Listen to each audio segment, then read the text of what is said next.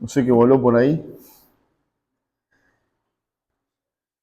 Bueno, gracias a Dios por este tiempo y por este lugar. Y como siempre sucede, cuando estamos en un lugar nuevo, cuesta acostumbrarnos a varias cosas, al lugar en sí mismo, al ambiente, al entorno. Y bueno, estamos en ese proceso y va a pasar como pasa siempre. Cuando uno se acostumbra, ya se tiene que cambiar y así es la dinámica de nuestra vida.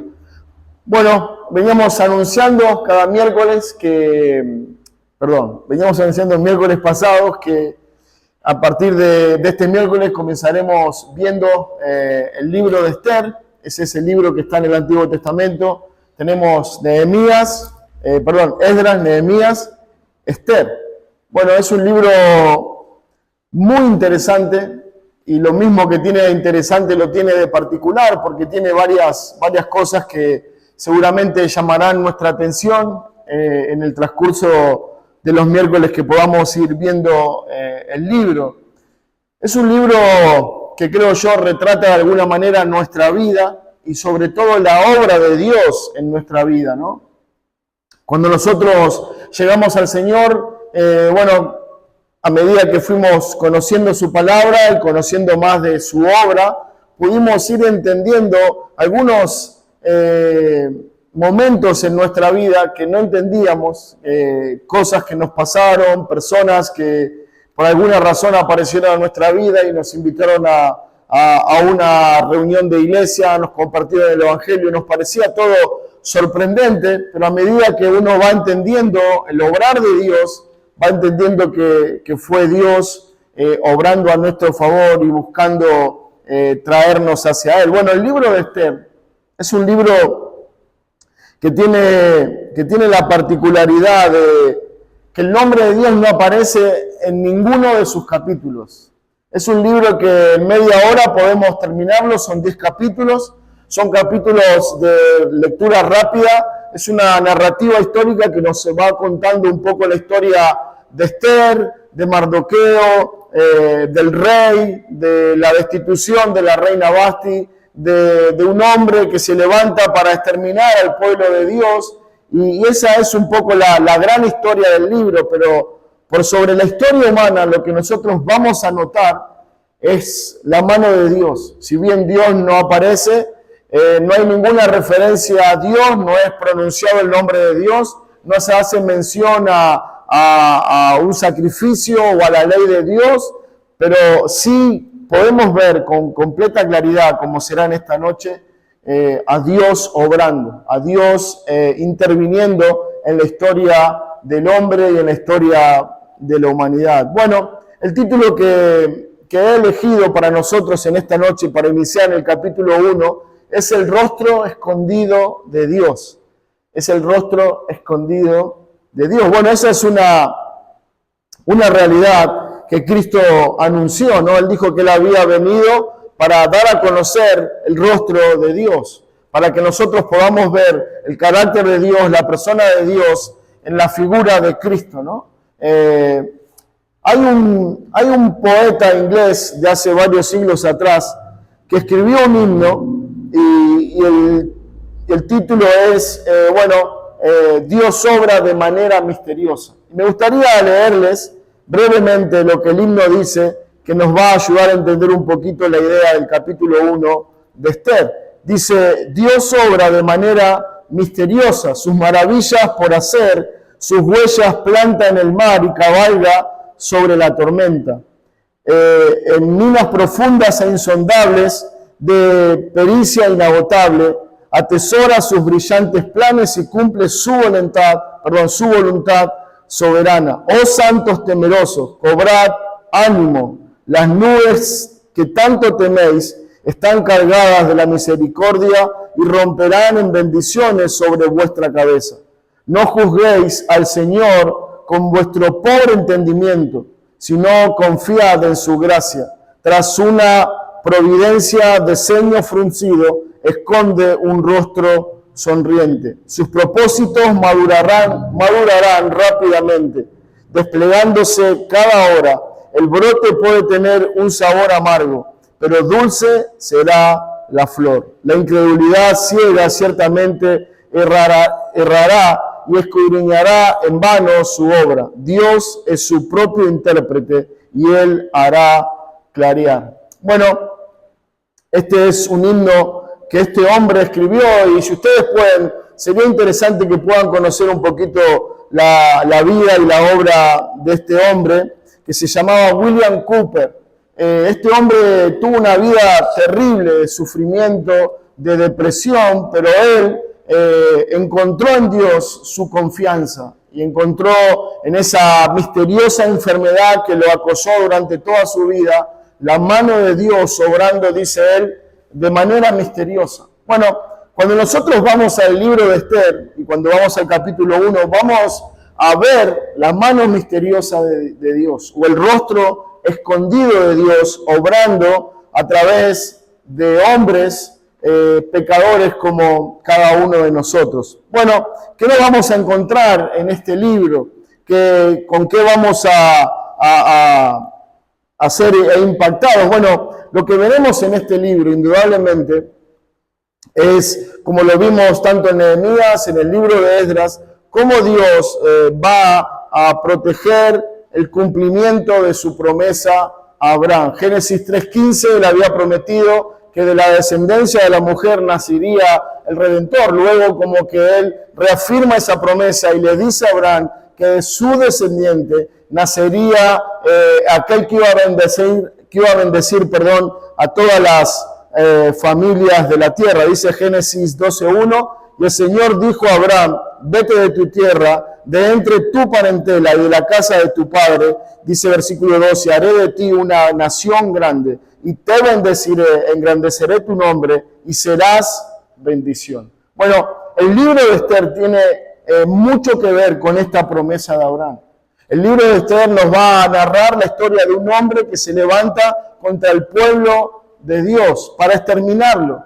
De manera que si el pueblo de Dios es exterminado, la promesa se iba a incumplir. Bueno, Dios se va a encargar de que esta promesa se cumpla. Lo que nosotros tenemos que centrarnos en la historia es que este libro de Esther narra la historia de un grupo de personas que no volvieron nunca del exilio. Bueno, algunos creen que el libro fue escrito entre el periodo del regreso del pueblo con Zorobabel hasta los días de Esdras.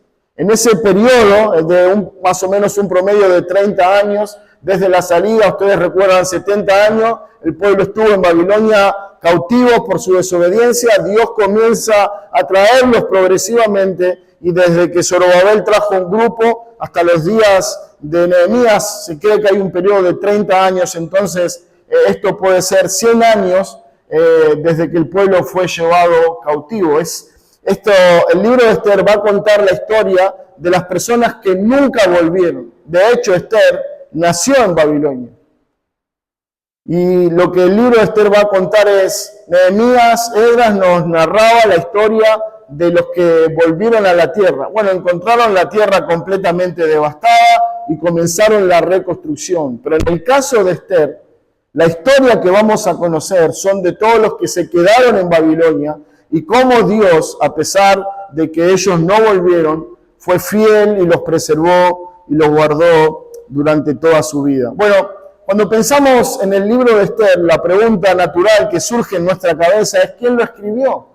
La verdad, hermanos, es que no hay certeza. Algunos pensaban que había sido Mardoqueo, otros que había sido Esdras, y algunos decían que había sido Nehemías, pero no hay certeza de eso. Lo que sí se sabe es por toda la manera de escribir y la narrativa histórica, que era un judío persa, que conocía mucho la historia de los dos pueblos, y que por eso puede escribir con tanta claridad, y como vamos a ver en el capítulo 1, de qué manera él va narrando el funcionamiento del palacio, de las leyes y de todas esas cosas. Bueno,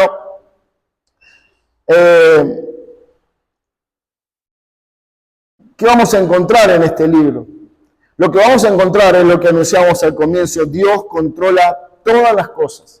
Hermanos, cada capítulo de Esther, aun que el nombre de Dios no se pronuncia, nos permite ver de una manera clara y con evidencias profundas de que Dios está obrando ahí.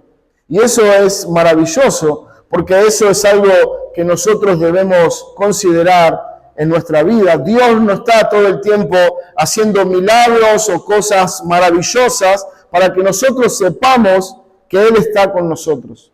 Pero el hecho de que hoy estemos acá con vida, respirando, que podamos congregarnos, que podamos alabar su nombre, que podamos conocerle a Él, es un testimonio y una manifestación de que Dios está con nosotros. Bueno, los personajes principales del libro es, como decíamos al comienzo, Esther es una mujer, que es la hija de un matrimonio que había sido llevado a Babilonia en el exilio, y bueno, nació ahí en Persia, y sus padres murieron, y ella fue de alguna manera protegida por Mardoqueo. Luego vamos a encontrar el rey Asuero, que este rey es muy particular, y su historia, lo veremos, una historia maravillosa, que nos muestra cómo Dios está en control de todas las cosas. Luego vamos a ver la reina Vasti, vamos a ver a Mardoqueo, que es el pariente cercano de Esther, y vamos a ver a un hombre que se va a llamar Amán. Estos son los personajes principales de la historia. Estos son los personajes que la historia enuncia, que la historia está nombrando. Pero por detrás de la historia de estos hombres no podemos dejar de ver la mano poderosa de Dios. Dios obrando, Dios interfiriendo en las vidas de cada uno de ellos, aún de aquellos que no le conocían y que tenían un deseo de maldad y de exterminio para con el pueblo de Dios. Ellos estaban completamente sujetos a la voluntad de Dios. Esto es rápidamente, hermanos, lo que vamos a encontrarnos en este libro de Esther. Para eso, entonces, quiero invitarles a que puedan buscar en sus Biblias el capítulo 1 de Esther. Y vamos a comenzar a leer el versículo 1, capítulo 1, versículo 1 hasta el 22. Y vamos a leer un versículo cada uno. Vamos a empezar con Ger y vamos a seguir ese orden. Y ahí atrás se van a arreglar, no sé cómo van a hacer, pero la idea es que podamos estar leyendo un versículo todos y llegar hasta el versículo 22 y luego vamos a considerar algunas verdades para nosotros en esta noche. Aconteció que los días de Asuero terminó desde la India por día sobre 117 provincias. En aquellos días, cuando fue afirmado el rey Asuero sobre el trono de su reino, el cual estaba en Susa, capital del reino. En el tercer año de su reinado, hizo banquete a todos sus príncipes y cortesanos, teniendo delante de él a los más poderosos de Persia y Media, gobernadores y príncipes de provincias, para mostrar a él las riquezas de la gloria de su reino, el brillo y la magnificencia de su poder, por muchos días, 180 días. Cumplidos estos días, hizo el rey el banquete por 5 días en el patio del norte del palacio real. Todo el pueblo que había en Susa, capital del reino, desde el mayor hasta el menor. El pabellón era de blanco, verde y azul, tejido sobre cuerdas de lino y púrpura en anillo de plata y cordonas de mano. Los reclinatorios de oro y de plata sobre bordado de pórfido y de mármol, de alabastro y de jacinto. Y daban a beber en vasos de oro y vasos diferentes, unos de otros, y mucho y mineral, de acuerdo con la curiosidad del rey. Pero el mandato era que nadie se lo dejara a beber, porque así lo había mandado el rey a todos los mayordomos de su casa, que se hiciera según la voluntad de cada uno.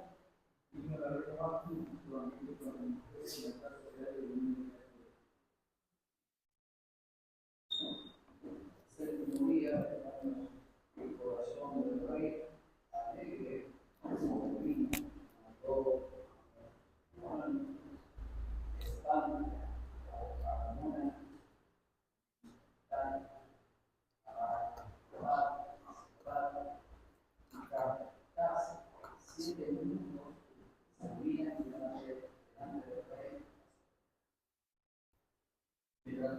la reina Basti a la presencia del rey con la cabeza regia para mostrar a los pueblos, a los príncipes y el La reina Basti no pudo padecer a la orden del rey enviada por medio de los santos. Ese enojó mucho y se encendió en ira. Preguntó entonces el rey a los sabios que conocían los tiempos, porque hacía que juzgaba al rey con todos los que sabían de ley y del derecho. Todo junto a él, Arsena, Setar, Amán, Tarsis, Medes, Arsena, Mental. Y el príncipe de Persia, que debía la cara de la guerra. Sentaban los primeros de la guerra. Me preguntó qué se había de hacer con la reina Basti según la ley, por cuando no había cumplido la orden de la reina suegra enviada por medio de los eunucos. Y dijo Memucán delante del rey y de los príncipes: no solamente contra el rey ha pecado la reina Basti, sino contra todos los príncipes y contra todos los pueblos que hay en todas las provincias del rey Asuero. Porque este hecho de la reina llegará a oídos de todas las mujeres, y ellas tendrán en poca estima a sus maridos, diciendo: el rey Asuero mandó traer delante de sí a la reina Basti, y ellos lo vieron. Entonces dirán esto los señores, las señoras de Persia, y en media que oigan el hecho de que es la reina, a todos los príncipes del rey, y habrá mucho menosprecio y enojo. Si parece bien al rey, salga un decreto real de vuestra majestad y se escriba entre las leyes de Persia y de Media, para que no sea quebrantado, que Basti no venga más delante del rey Asuero, y el rey haga reina a otra que sea mejor que ella. El decreto que dice el rey será oído en todo su reino, aunque el grande y todas las mujeres darán honra a sus maridos, desde el mayor hasta el menor. Hablador la palabra del rey y de los príncipes, e hizo el rey conforme al dicho de Dios. Pues envió cartas a todas las provincias del rey, a cada provincia con una escritura y a cada pueblo con una lenguaje, diciendo que todo hombre afirmase su autoridad en su casa, que publicase esto en la lengua de su pueblo. Amén. Muy bien, muchas gracias. Esa es la lectura del capítulo 1, capítulo que vamos a separar en podemos decir, 4 grandes porciones o partes. Versículo 1 al 9 nos narra el gran banquete que el rey estuvo organizando, y dice que fue una fiesta de 180 días, 6 meses de festejo. Bueno, es curioso que dice que, versículo 1, aconteció en los días de Asuero, que el Asuero que reinó desde la India hasta Etiopía, sobre 120 provincias, en aquellos días cuando fue afirmado el rey, y esa es la clave. Dice, cuando él fue afirmado en su reino, era una manera de mostrar, ¿no?, su gobierno, de mostrar su poderío, de mostrar sus riquezas, y también de ganarse el favor de los pueblos, ¿no? Dice, versículo 3, en el 3er año de su reinado hizo un banquete a todos sus príncipes y cortesanos, teniendo delante de él a los más poderosos de Persia y de Media, gobernadores y príncipes de provincia. Dice versículo 4, ¿cuál era su intención? Dice, para mostrar él la riqueza de la gloria de su reino, el brillo, la magnificencia de su poder, por muchos días, 180 días. Bueno, el propósito de este banquete era no solamente celebrar que él estaba en el reino, no solamente era mostrar su poder, sino ganarse el favor de todas las provincias. Como veíamos en el versículo 1, este era un rey que gobernaba sobre sobre varias naciones, sobre varios reinos, y él tenía que tener todo de la mejor manera, a todos tenían que mantener contentos. Entonces él establece este banquete para hacer esa celebración, pero también para mostrar su poder, su señorío, su majestad. Si usted sigue el relato, va a ver que él dice, versículo 6, el pabellón era blanco, verde, azul, tendido sobre cuerdas de lino y púrpura, de anillo de plata, columna de mármol y los reclinatorios de oro. O sea, lo que él está haciendo es como, vengan a mi casa, entren a mi palacio y vean lo glorioso que es esto, y todo esto me pertenece. Bueno, generalmente los reyes de la época, como sucede también en nuestros días, es por medio de cosas materiales, quieren mostrar su poder, su gobierno, su majestad, lo bueno que son, lo maravilloso que son, y a veces hasta se embarcan en hacer grandes regalos para que todos queden impactados por lo maravilloso que es ese rey. Bueno, es el caso del rey Asuero. El rey Asuero quiere impactar, quiere ganar súbditos, quiere ganarse el favor de todos los pueblos, y entonces hace una gran fiesta, invita a todos, y dice versículo 7, y daban a beber en vasos de oro y vasos diferentes unos de otros, mucho vino real de acuerdo con la generosidad del rey. Bueno, como va a suceder en nuestros días también, imagínense que alguien nos invita no a una fiesta, no a una fiesta de un día o de dos, sino a 5 meses de fiesta, de celebración, día tras día, donde uno se levanta y puede comer lo que quiera, puede tomar lo que quiera, puede disfrutar, no tiene que preocuparse de nada, tiene que solamente levantarse para disfrutar de las bondades del rey. Bueno, eso es lo que está sucediendo día tras día. Durante 6 meses la fiesta se fue extendiendo y haciendo una gran celebración. La historia cuenta que no era común que un ciudadano normal de una nación pudiera tomar el vino del rey. El vino del rey era un vino especial, algo similar a lo que sucede en las bodas de Canaán, donde el Señor es reconocido de alguna manera indirectamente por el mayordomo, donde le dice, tú has dejado el mejor vino para el final. Y este era el mejor vino que se estaba sirviendo a todos. Durante 6 meses, el vino real se estaba convidando a unos y a otros. Y era un momento de mucha celebración, de mucho festejo. Todos están comiendo de la mano del rey, todos están celebrando la bondad de este rey majestuoso. Bueno, dice versículo 8, la bebida era según esta ley, que nadie fuese obligado a beber, porque así lo había mandado el rey a todos los mayordomos de su casa, que se hiciese según la voluntad de cada uno. Bueno, una fiesta que se extendió durante 6 meses, una fiesta que abundaba en comida y en bebida, y eso no siempre es una buena combinación. El hombre en su corazón pecaminoso hace uso de todos los bienes que se le puede dar, pero también hace abuso de todas las cosas. Y cuando el abuso se hace presente, las cosas comienzan a corromperse. Y es así lo que vemos en el versículo 9. Dice, asimismo la reina Vasti hizo banquete para las mujeres en la casa real. Versículo 10 dice, el 7º día, estando el corazón del rey alegre del vino, mandó Meumán, Vista, Arbona, Victa, Abacta, Setar y Carca, 7 eunucos que servían delante del rey Asuero, que trajesen a la reina Vasti a la presencia del rey con la corona regia para mostrar a los pueblos, a los príncipes, su belleza, porque era hermosa. Si usted notó la lectura, dice el versículo 4 del capítulo 1 que la intención del banquete del rey Asuero era mostrar la gloria de su reino, era mostrar lo maravilloso que era su palacio, lo gran y majestuoso rey que él era.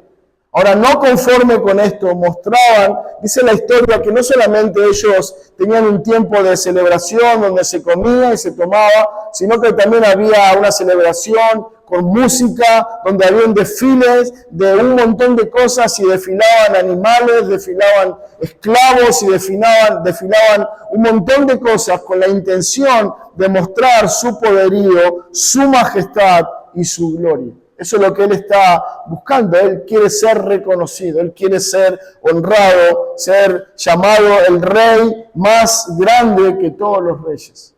Bueno, ahora, en esta ocasión, luego de que el vino ha hecho su efecto durante muchos días, dice el versículo 11, luego que ellos habían abundado en el vino, dice que mandó a buscar a la reina Vasti a la presencia del rey para que viniera con la corona regia para mostrar a los pueblos, a los príncipes, su belleza, porque era hermosa. Bueno, este rey está embarcado en esa dinámica de gloriarse por todo lo que tiene. Y ahora va a mostrar, como quien dice, la perla más maravillosa, su propia esposa. Bueno, hay varias hipótesis con respecto a por qué la reina Vasti, como lo vamos a ver en el versículo 12, no quiere presentarse, dice el versículo 12, mas la reina Vasti no quiso comparecer a la orden del rey enviada por medio de los eunucos. La fiesta se prolongó por 6 meses. Luego de esos 180 días de fiesta, dice que la reina Vasti también dio otra fiesta, pero solamente exclusiva para las mujeres por 7 días. Ahora, luego que eso pasa, el rey Asuero llama, o mejor dicho, envía a los eunucos, 7 eunucos, a que buscaran a la reina Vasti para exhibirla. Hay varios comentarios con respecto a cuál era la verdadera intención. No hay certeza sobre ninguno. Algunos dicen que la idea era que solamente la reina viniera con la corona y pudiera desfilar delante de todos, sin ropa, desnuda. Bueno, no hay prueba histórica para eso. Otros dicen que como había varios pueblos de las naciones que ellos gobernaban, era una ley dentro del reino de Babilonia de que una mujer casada no podía ser vista por un extranjero. Bueno, no sabemos a ciencia cierta cuál es el motivo, pero sí lo que sabemos es que Vasti dijo, no voy a ir. Ahora imagínense esta situación. El rey convocó a todos los príncipes y gobernantes de todas las naciones que están bajo su gobierno, bajo su reinado. El propósito de ese banquete no solamente era mostrar lo glorioso que él es, sino también mostrar su señorío, su gobierno. Es como decir, bueno, si este rey hace esta fiesta, nosotros vamos a estar tranquilos, no nos va a faltar nada. Ahora de repente ese rey que hace un gran banquete, que puede gobernar varios pueblos, desde la India hasta Etiopía, ahora curiosamente no puede gobernar a su esposa. Él la manda a buscar y su esposa dijo, no voy a ir. Bueno, esto es lo que nos muestra, es el primer punto, la ostentación real. Una ostentación que el rey está haciendo y que esto va a abrir la puerta para que Dios comience a mostrar su propósito y su plan para su pueblo en esta época. ¿En dónde lo vemos? Bueno, en la negativa de Vasti, porque era necesario que, según el plan de Dios, Vasti se opusiera al pedido de su esposo, al pedido real, que ella no tuviera ningún reparo en decirle no al rey, para que entonces comenzara una búsqueda de una sustituta para que ocupara el lugar de la reina. Eso es lo que vamos a ver, Dios mediante, en el capítulo 2. El segundo punto es lo que vemos del versículo 10 al 12, que es la desobediencia de la reina Vasti. Es ahí donde nosotros podemos ver que un poco el cuidado de Vasti era no solamente oponerse porque sí a la demanda del rey, sino que era una manera de protegerse. Imagínense tantos hombres por tantos días siendo de alguna manera presas de la comida, del alcohol, una mujer que se expusiera a ese ambiente, bueno, no era nada ni sano ni prudente. Algunos afirman que es esta la razón por la que Vasti no quiso presentarse, era de alguna manera una autoprotección, cuidarse a ella de cualquier peligro que pudiera estar sufriendo por presentarse en ese ambiente. Bueno, lo que vemos es que Vasti se niega a presentarse y a obedecer el mandato del rey. Ahora, ustedes imagínense esto, hermanos. Un hombre que gobierna por mucho tiempo a muchas naciones y que todo lo que él manda debe cumplirse. Lo vemos un poco en la vida de Daniel. Daniel, el libro de Daniel es un libro contemporáneo a toda esta historia. Y Daniel, que era alguien que estaba cercano al rey, cuando él se opuso al mandamiento real, mandamiento que fue un poco manipulado y el rey fue también manipulado por los enemigos de Daniel en la corte real, lo que vemos es que el rey, por más que quiso, no pudo retractarse de lo que había establecido. La ley era que cualquiera que no se postrara al sonido de la trompeta, de la bocina y que adorara la imagen tenía que morir. Y Daniel lo hizo. ¿Y qué pasó con Daniel? Bueno, tuvo que ser arrojado al foso de los leones. Y vemos ahí también de manera maravillosa cómo Dios protegió a su siervo. Bueno, lo que vemos acá es algo similar. Vasti se está oponiendo a una ley real y eso implicaba la muerte, el castigo.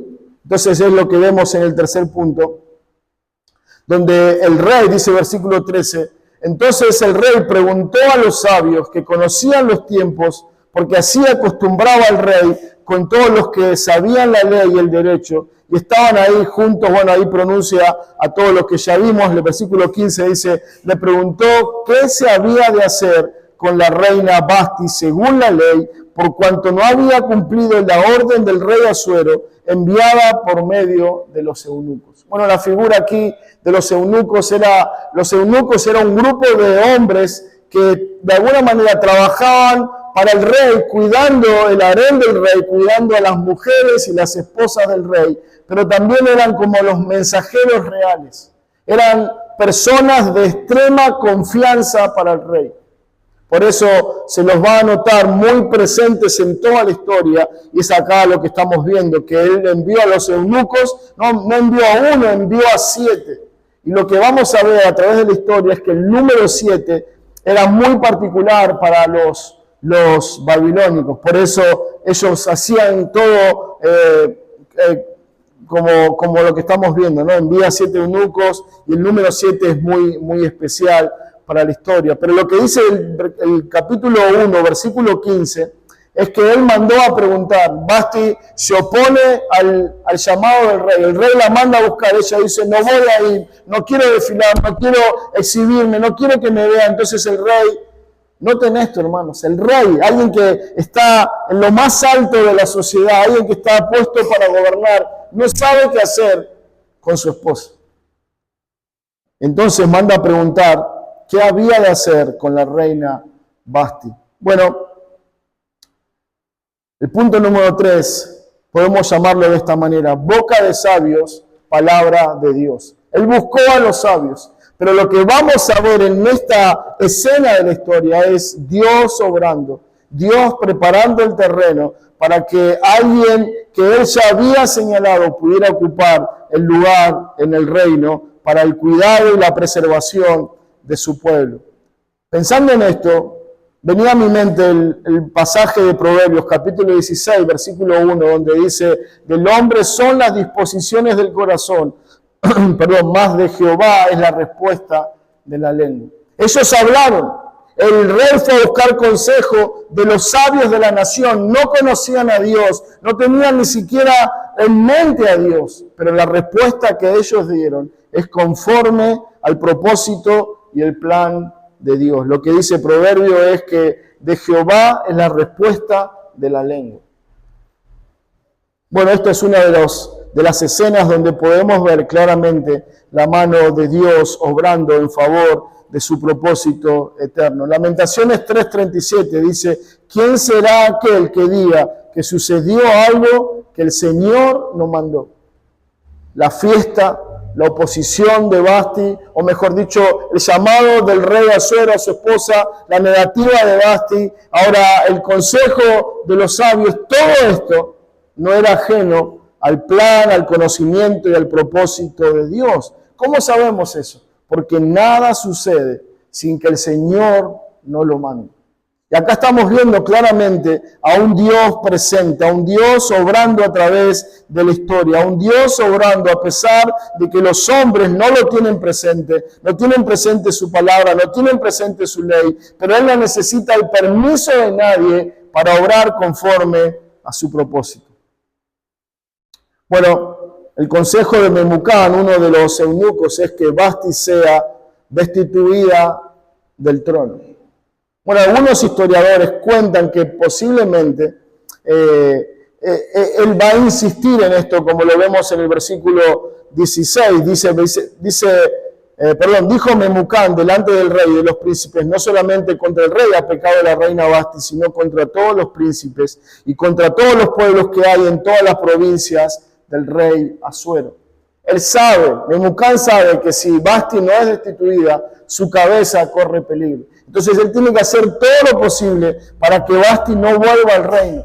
¿Por qué? Porque su consejo fue que Vasti fuera destituida. Y ahora él comienza a hacer de un problema, podemos decir, personal, matrimonial, comienza a hacer algo de nivel nacional. Y él quiere ahora que la reina Vasti sea completamente sacada del reino. Porque, bueno, algunos creían que su cabeza estaba en peligro. El cuarto punto que vemos en esta noche está a partir del versículo 21.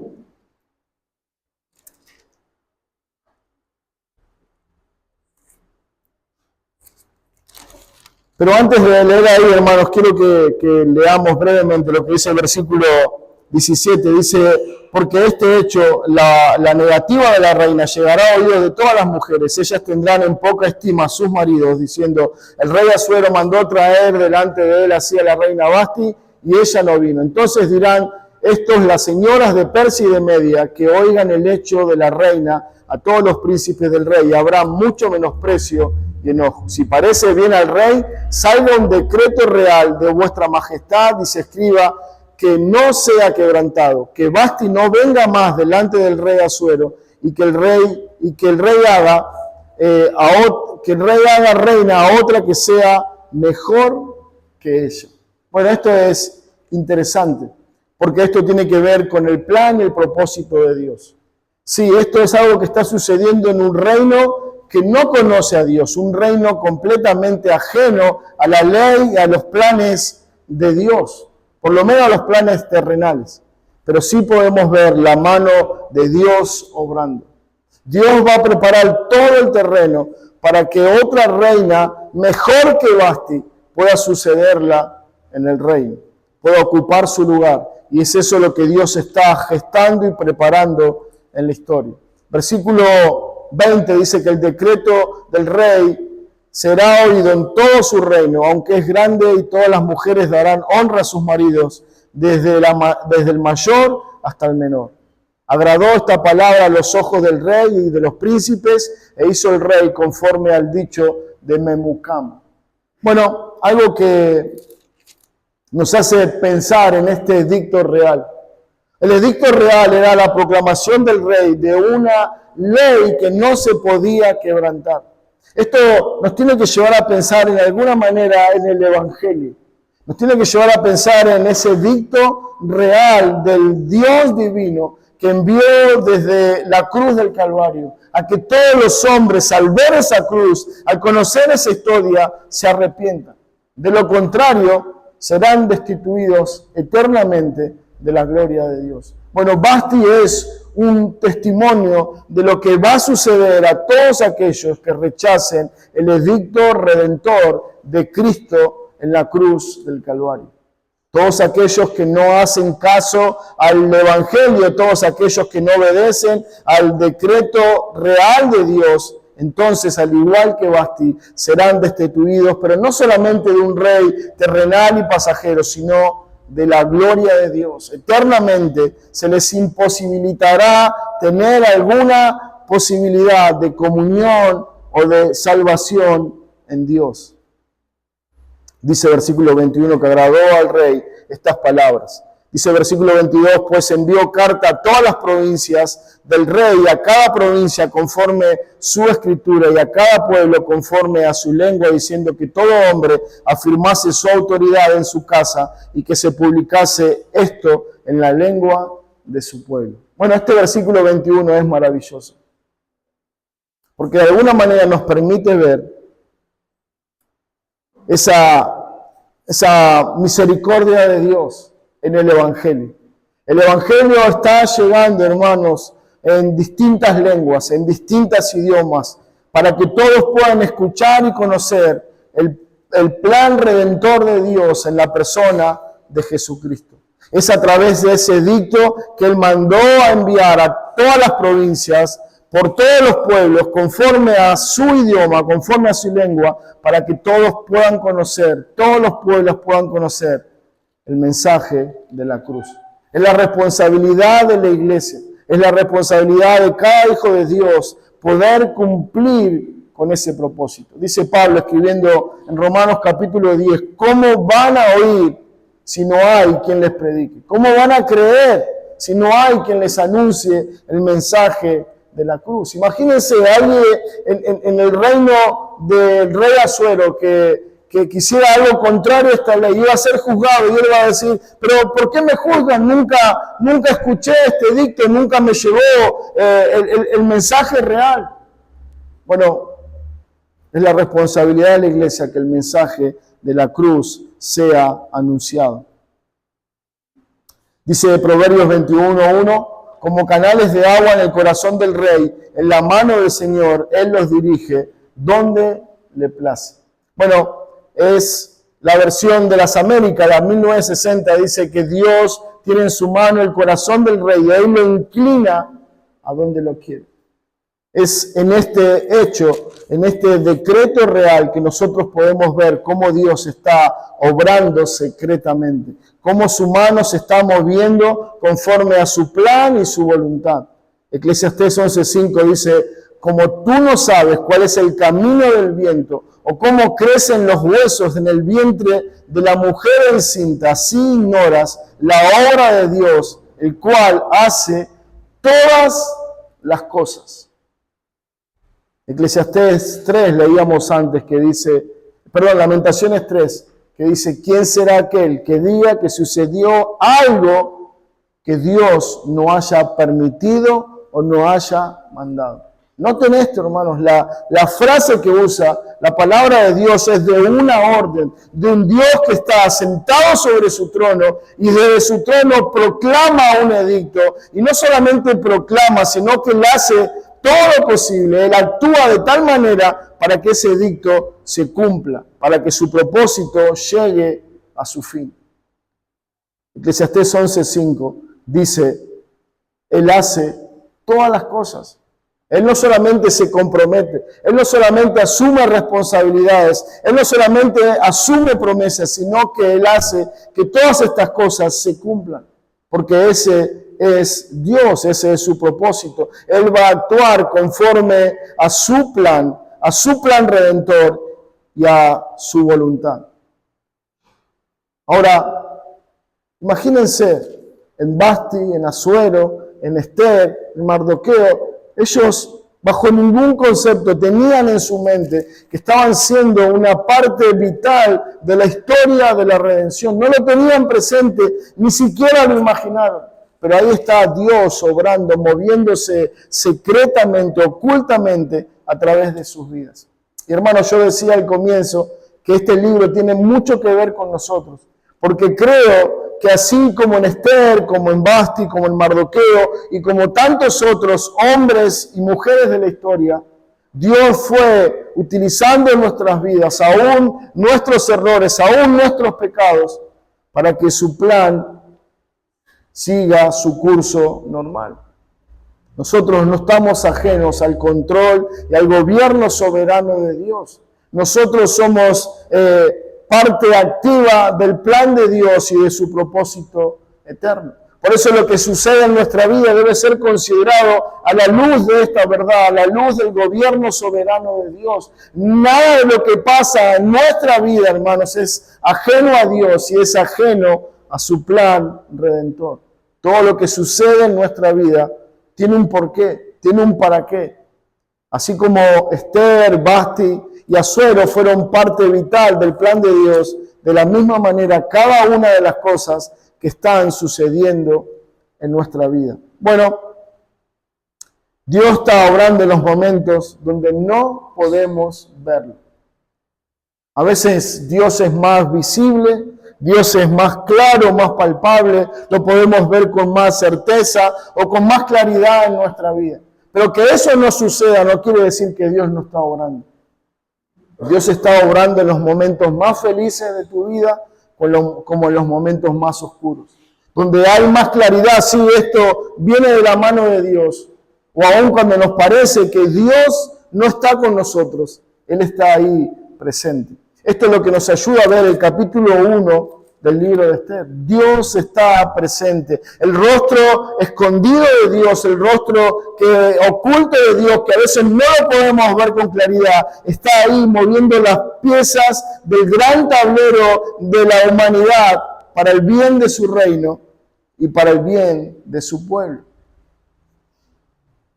Lo que vemos como una aplicación práctica del rey Asuero es que el hombre más poderoso del mundo conocido en aquella época no podía controlar sus impulsos. Dice la palabra que él se levantó airado cuando escuchó que su esposa se negó a venir. Su esposa no le obedeció, él no pudo manejar su carácter, no pudo manejar su enojo, y no pudo manejar a su esposa. Bueno, esto nos ayuda a ver lo limitado, lo frágil y pasajero del poder humano. Puede tener gran control sobre gran parte de la humanidad, pero no manejan todas las cosas. Solo Dios tiene el control soberano absoluto sobre todas las cosas. Solo Dios. Solo Él gobierna sobre tu vida, absolutamente sobre tu vida. Y nosotros mismos podemos manejar todos los asuntos de nuestra vida. No podemos manejar nuestra economía, no podemos manejar nuestra salud, no podemos manejar nuestra sociedad, no podemos manejar absolutamente nada, sino que hemos de ir a Él y ponerlo a sus pies y pedir que Él nos dé la gracia y nos ayude a manejarlo. Asuero es un testimonio de que el hombre es limitado. Solo Dios es un rey soberano y poderoso sobre todas las cosas.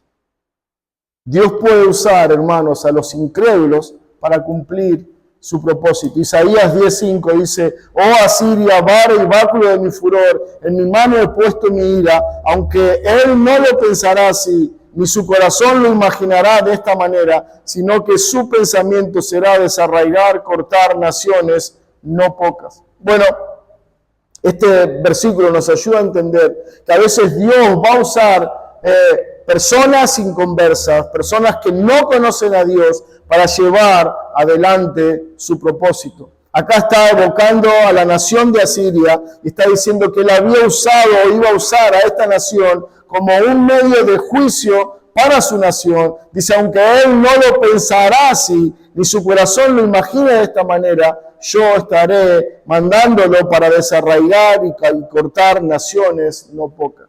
Bueno, lo que está sucediendo con Asuero, todo lo que está sucediendo en la historia de Asuero y Vasti, parece ser un problema doméstico, parece ser un problema matrimonial, pero lo que no podemos dejar de ver de este lado de la historia es que Dios está obrando a través de esa historia y de ese conflicto para el favor de su pueblo. Hechos 4:27 dice, porque verdaderamente se unieron en esta ciudad contra tu santo Hijo Jesús, a quien ungiste Herodes y Poncio Pilato con los gentiles y el pueblo de Israel, para hacer cuanto tu mano y tu consejo había antes determinado que sucediera. El Señor está diciendo que estos ciudadanos se unieron, estas ciudades se unieron contra Cristo, pero dice que estaba ahí Herodes, Poncio Pilato, los gentiles, el pueblo de Israel, y todos ellos se unieron contra el Hijo de Dios, pero todo esto era según el plan determinado de Dios. Esto sucedió porque Dios quiso que así fuera.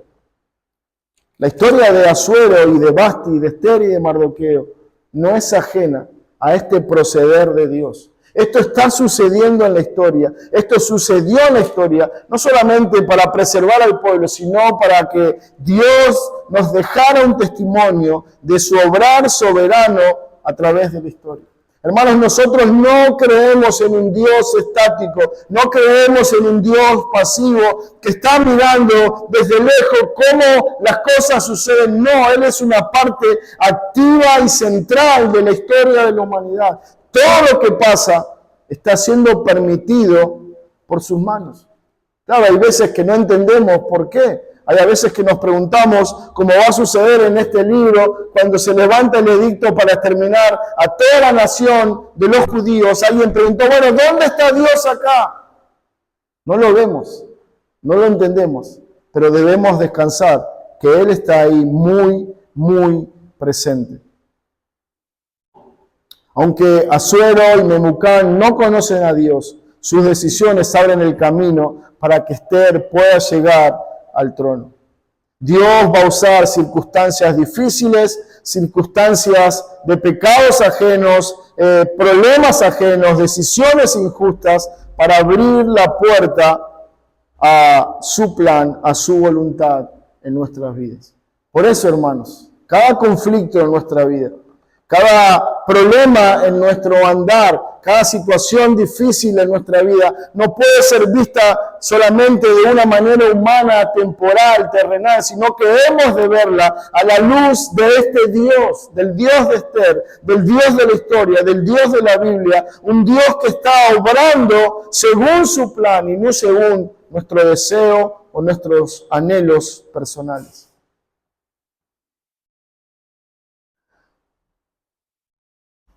Como bien decíamos al comienzo, el nombre de Dios no aparece en ningún momento, en ninguna parte de este libro. Nuestro desafío en esta noche, entonces, para terminar, es ¿cómo puedo ver a Cristo en un libro donde Dios ni Cristo son pronunciados? ¿Cómo hago? Bueno, lo podemos ver rápidamente en algunas figuras de la historia. Vamos a hacer un breve contraste entre el rey Asuero y el verdadero rey de reyes, nuestro Señor Jesucristo. Este rey Asuero era un hombre caprichoso, un hombre vanidoso, un hombre que quería simplemente gobernar por medio de la opulencia, de los edictos, y un rey que dejaba mucho que desear.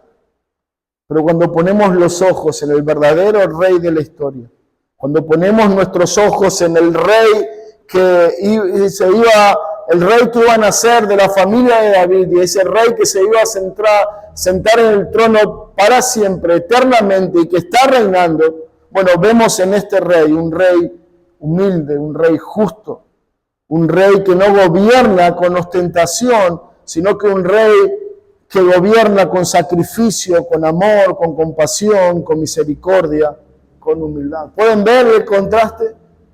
Asuero está siendo puesto por rey. Dice Daniel, no hay un solo rey que no esté ahí en ese lugar si Dios no lo permite. Asuero era parte del plan de Dios. Estaba ahí reinando porque Dios lo había puesto en ese lugar. Pero también fue puesto ahí para contrastar entre un rey perverso, un rey injusto, con el rey de gloria, con el rey verdadero, nuestro Señor Jesucristo. Mientras Asuero usó su poder para humillar a su esposa, para degradar a la reina Vasti, Cristo usa su poder para redimir, para cuidar, para proteger a su esposa. Dice Pablo en Efesios 5, Cristo amó a la iglesia y se entregó a sí mismo por ella, a fin de presentársela a sí mismo como una iglesia gloriosa, que no tuviese mancha ni arruga ni cosa semejante, sino que fuese santa y sin mancha. En definitiva, Asuero quería exponer a su esposa. No la cuidó, no la protegió, no la guardó. Sin embargo, Cristo no actúa así con nosotros. Imagínense el contraste que hay entre Asuero y Cristo. Cristo es el esposo que ama a su esposa profundamente, que la cuida, que la ama a tal punto que no solamente no la quiere exponer, sino que él mismo se expone y sufre el castigo para que su esposa sea cuidada y protegida. Él protege, cuida, sana, guarda, limpia su esposa. No fue lo que hizo Asuero con Vasti, todo lo contrario, le expuso. Imagínense, hermanos, que nosotros como esposa de Cristo, la iglesia, la esposa de Cristo, no somos una esposa perfecta. Al igual que Vasti, muchas veces reaccionamos de la misma manera, pero no a un llamado autoritativo o autoritario de Cristo, sino todo lo contrario. En su voz de amor nos llama, nos convoca a su encuentro, nos llama para tratar con nuestro pecado, nos llama para mostrarnos su plan, pero nosotros, como una esposa rebelde, decimos a Cristo: no voy a ir, no voy a obedecerte, no voy a seguir. Pero a pesar de eso, Él sigue amando a su esposa. No hace como Asuero la desechó. Sin embargo, Cristo la ama, la protege, la guarda, la busca una y otra vez, para que vayamos a su encuentro. Y en esto muestra el contraste con este rey terrenal y pasajero. Él ama eternamente, Él cuida a su esposa y la guarda, a diferencia de este rey. Por último, hermanos, la providencia silenciosa nos muestra a la cruz de Cristo. Un solo versículo, Mateo 27:46, dice: Jesús clamó a gran voz diciendo: Elí, Elí, lama sabactani. Esto es: Dios mío, ¿por qué me has desamparado?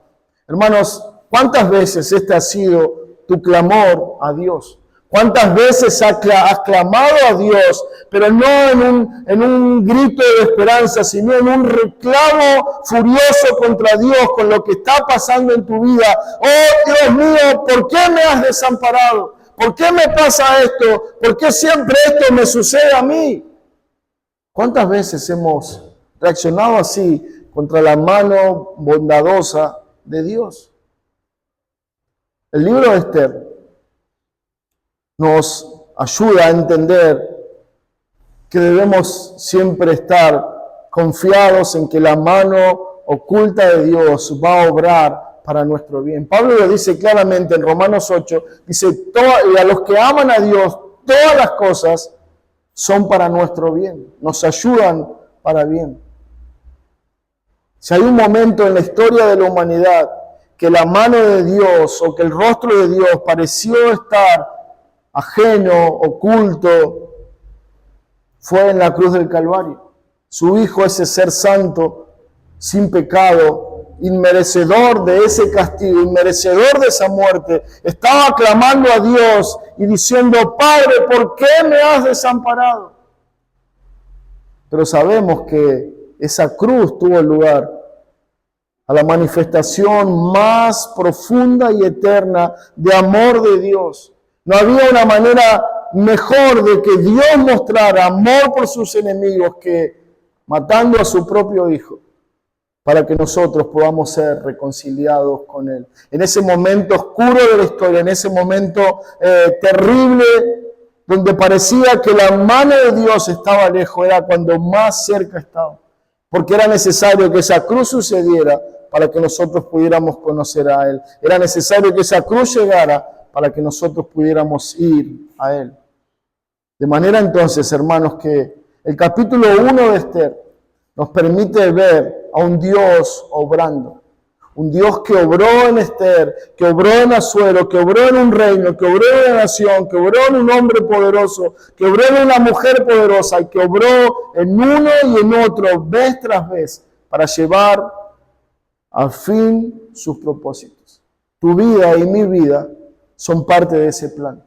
Dios ha determinado hacerte parte de su familia eterna, la iglesia de Cristo. Y Él no solamente te ha convocado a su familia, no solamente te ha adoptado para luego dejarte, no, todo lo contrario, Él te ha adoptado y ahí estamos junto a Él. Él no te desamparará ni te dejará, dice el Señor. Así como Él estuvo a través de toda la historia de Esther, de la misma manera estará en tu historia, estará en tu vida.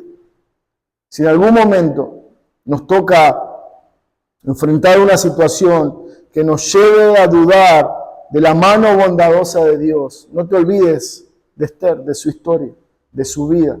No permitas que el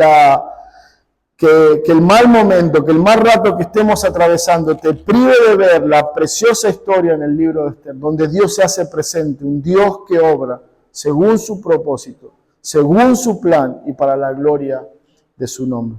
Hermanos, que este libro nos ayude a meditar, no solamente en la historia que estaba narrando de Esther, de Vasti, de Mardoqueo y de todos esos personajes que mencionábamos, sino que nos permita ver claramente a un Dios que está cercano a su pueblo, un Dios que vela por nuestras almas, un Dios que está activamente cuidando a cada uno de sus hijos. Amén. El Señor bendiga su palabra. Vamos a orar. Señor, Padre, gracias. Queremos darte por este tiempo y por este libro, Señor, en las Escrituras. Un libro quizá desconocido para nosotros, ajeno, con el cual no estamos muy familiarizados ni con su historia ni con su enseñanza, pero que en este viaje al libro de Esther, Señor, tú puedas estar obrando en nuestras vidas, en nuestros corazones, ayudándonos, Padre, a poder ver más claramente tu mano, tu cuidado, tu gobierno, tu provisión, tu protección de cada uno de nosotros. Señor, que Esther sea un testimonio vivo que nos enseñe cómo tú obras, Señor, cómo tú eres un Dios confiable en el cual hemos de esperar y en el cual hemos de descansar. Señor, te rogamos que lo que hoy hemos visto no sea algo más en nuestra vida, sino que nos ayude a meditar, a considerar ese Dios que está obrando a través de la historia, para que tu historia mayor, la historia de Cristo, la historia del Evangelio pueda prosperar y avanzar hasta cuando tú vengas por tu iglesia. Señor, bendice nuestras vidas con esta verdad bíblica, que podamos ser impactados y que podamos ser llevados una vez más a poner los ojos en Cristo, a descansar en aquel que vela por nuestras almas, en aquel que vino a buscarnos para hacernos su pueblo. Señor, bendice a tu iglesia, bendice tu palabra, te lo pedimos en el nombre de Cristo. Amén.